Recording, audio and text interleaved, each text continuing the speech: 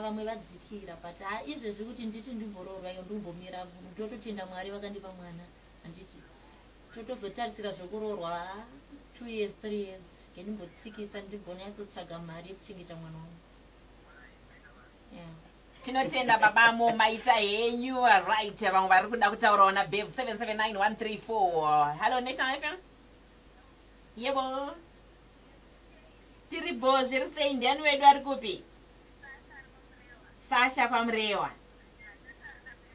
Taura naBev uyo Sasha. Ndeiri handizvo maita basa. Asi unotamba here Sasha? Unotamba here? Waita hako. Bo Sasha.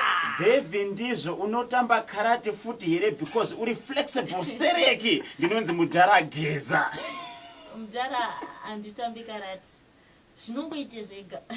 Zvinongoita zvega handiri hese but zvinongoita kana zvaitika.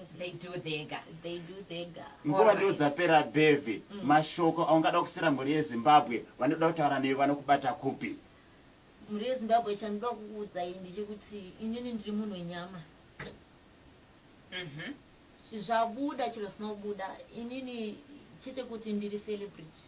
Saka zvinobva zvabudawo handiti. Saka inini chingozvitambirai kuti ndiri munhu wenyama ende hapana pandichagara ndisina mukomana kana kuti ndisina wandofambidzana naye. Ende zvakangofanana nekuti unogona kurambana nemunhu uchienda pane umwe munhu. Hazvireve kuti munhu ipfambi ukaona munhu achidanana uyu achisiyana neuyu.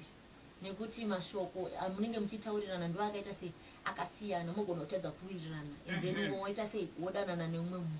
Saka hazvireve kuti ndiri fambi. Saka ndoda ngokutendai. Alright, any album? Nguva. Tobva muna August. Alright, tinotenda waita basa Beverly